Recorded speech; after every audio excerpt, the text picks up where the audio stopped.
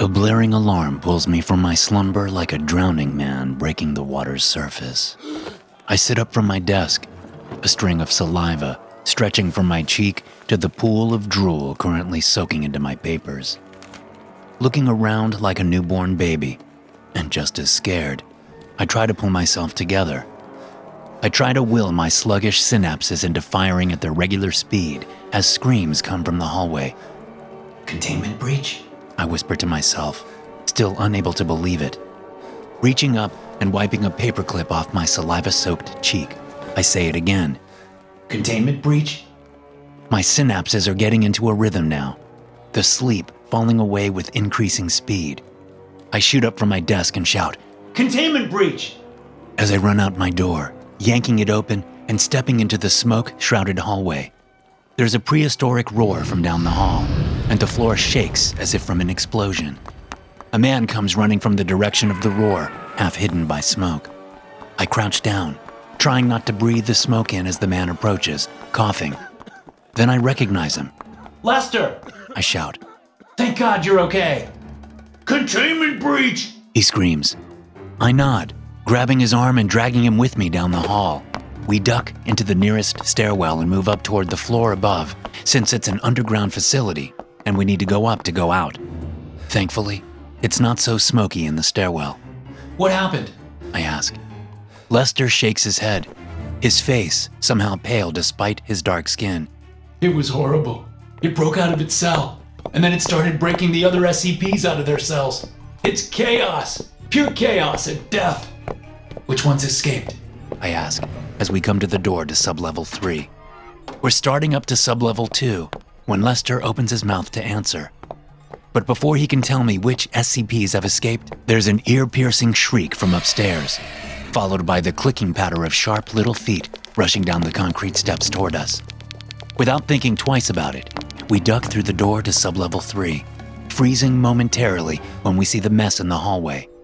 Pulsating plant-like pods the size of bowling balls litter the floor, walls, and ceiling of the hall. But we know what's coming behind us is worse, so we head into the hall, moving as carefully as jugglers walking across a minefield. "Don't touch them," Lester says, whispering as if they have ears. "Not unless you want your insides turned into your outsides, and your outsides transported to another dimension." He doesn't have to tell me. I know, but I still nod, tiptoeing past the plant-like pods. This containment breach is much, much worse than I thought. Just as we're coming to the sublevel 3 break room, I see 2 men in tactical gear appear far down at the other end of the hallway. "Over here!" I shout, waving to what I think are members of a mobile task force. The men look down at us and raise their weapons. "No!" I shout. "We're..." They fire. Lester yanks me through the door to the break room as bullets slice through the air where I was just standing. We fall to the floor, seeing 2 other people in the room with us, hiding under tables and looking as scared as I feel. One of them is a woman whose name I think is Lana or Linda or something. The other is an older man who looks like Bruce Dern. His name is Barry, Terry or something. "Why did they shoot at us?" I ask. "What the hell is going on here?" "They're infected," Barry or Terry or something says. "Something got loose on sublevel 2 and it infected a mobile task force team." I can hear footsteps from the hall. They're coming." Lester kicks the door shut, and I get up off the floor and look around for some way to barricade the door. The tables and chairs are all pretty flimsy, but I grab some anyway and pile them up next to the door. Lester helps. Then I glance at the coffee machine. "Wait, is that?" I ask, looking at Lana or Linda or something while I point to the machine. Her eyes go wide with realization. "Oh my God, I didn't even think of that." I run over to the machine, thinking furiously, and punch in my request. "It's no time for a coffee!" Lester yells at me as thuds come from the other side of the door. I half turn toward him and gesture at the machine. "It's SCP-294! A cup drops out of the machine on the little metal tray. The machine starts humming. "What?" he says. "Seriously?" "Yes," Lana or Linda says, standing up from where she was just cowering. "They moved it up here just a couple of days ago to save money." "Ha ha," Lester says. "Beautiful cheap bastards." Orange, sludgy liquid pours into the cup, steaming and smoking, but not melting through the cup. When it's done, I grab the cup of molten lava from the dispenser and run over toward the door, which Lester is trying to hold shut by leaning against the tables and chairs we piled there. When I'm still a couple of steps away, one of the infected task force members fires through the door. Lester screams and falls to the floor, gripping his lower left side. He's been shot. You bastards! I shout as the door is kicked partially open to reveal both MTF agents there. Before they can get their weapons trained on me, I throw the cup of lava at them through the partially open door. As the molten liquid splatters them, they scream and turn away, running down the hall. But in the process, they both bump into a pulsating orb in the hallway. I slam the door shut before I can see the horrific things that are about to happen to them. Then I turn and run to Lester, who's squirming on the floor. They got me, buddy, He says. I'm fucking shot. I'll fix you up. I say, gently pulling his shirt out of his waistband to get a good look at the bullet hole. I reach under and feel his back, but there's no exit wound. Shit, I say. bullet's still inside you. I don't feel good. He says. It hurts. Hey, Linda, I call. it's Lana. She says. Can you come over here and put pressure on his wound? That's what you're supposed to do, right? She shrugs. I guess. That's what they do in the movies. She comes over and puts pressure on him while I run back over to the coffee machine. I punch in my request, watching impatiently as a cup plops down and then the machine starts humming. Meanwhile, Barry or Terry stands near the break room door, glancing out one of the bullet holes into the hallway. How we doing, Terry? I ask. It's Barry. He says. And I don't see anything or anyone coming. Yet. Good. I say, turning back as the machine finishes filling the paper cup with the turquoise liquid. I grab the cup and chug the liquid down. It tastes like antiseptic and medicine and, somehow, empathy. I toss the cup aside and turn around as medical knowledge floods my brain. I suddenly know how best to treat Lester's wound so he hopefully won't die.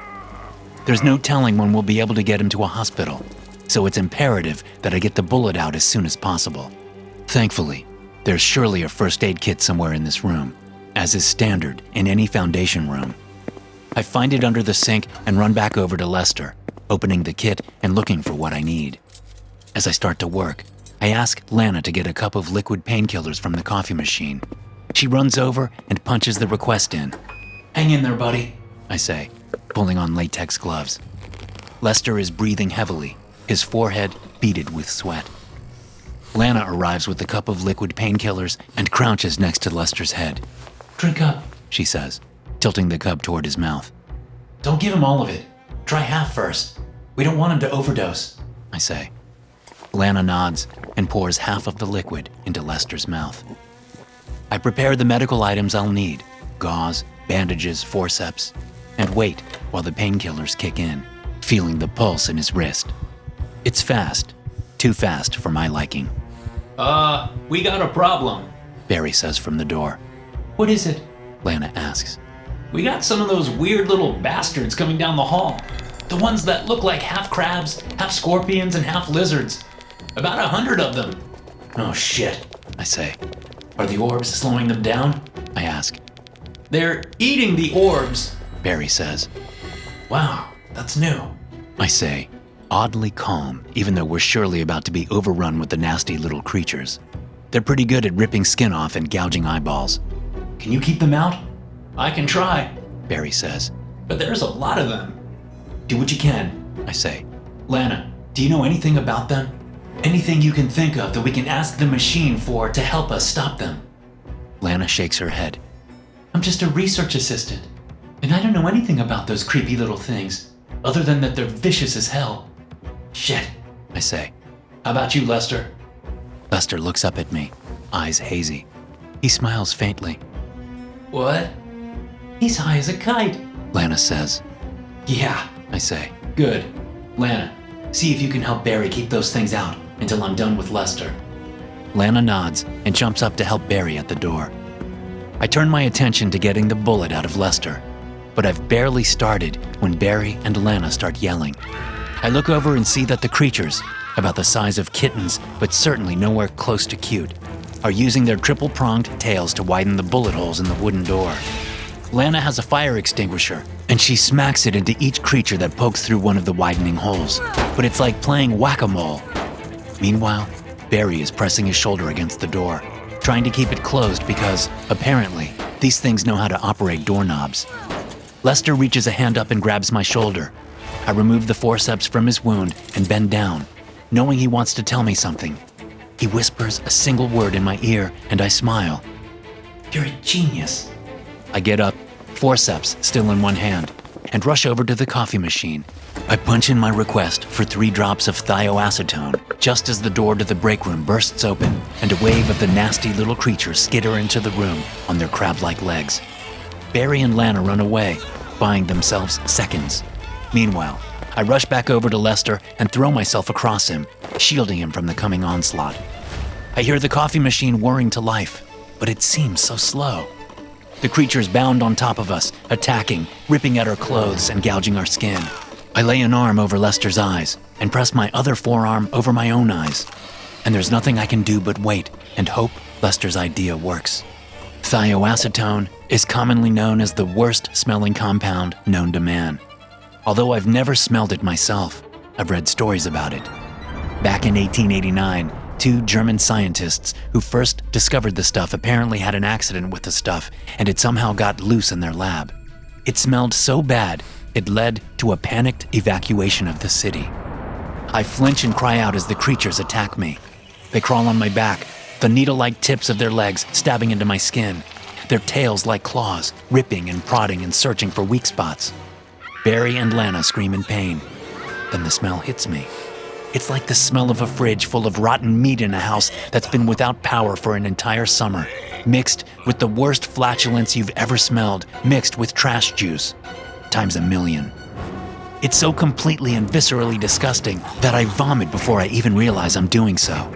I feel the creatures skitter off my back, running out of the room, trying to get away from the smell.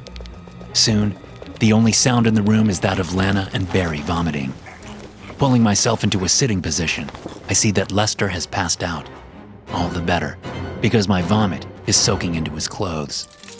I resume my work, using the forceps to get the bullet out, stopping to vomit every 10 seconds or so until I have nothing left to puke up, at which point I simply gag every 10 seconds. Barry and Lana are still vomiting and gagging at the side of the room. But at least they're alive. At least we're all alive. By the time I fish the bullet out and get Lester patched up as best I can, there has been some semblance of order restored to the compound. Task force members show up in gas masks, but even then, they can hardly stand the smell. A couple of them rip off their masks and vomit as they enter the break room. We move out in a hurry, carrying Lester on a stretcher the task force guys brought with them. As we finally get outside, I take a deep breath of fresh air. It's the best thing I've ever smelled. I walk over to an ambulance with Lester, asking the paramedics what they think his chances are. "He'll be okay, I think," one of them says. Lester lifts his head and looks at me. "It worked?" he asks. "It worked," I say. "You saved our asses, man." "Looks like you saved mine too," he says. The paramedics shut the doors and drive off. I watch them go. Then I lift my shirt and give it a whiff, gagging as I smell the stench that's been embedded in the cloth. I know I'm gonna have to spend an hour in the shower with a pumice stone. Even then, I probably won't be able to get rid of that smell for a long time. But hell, it's better than being dead.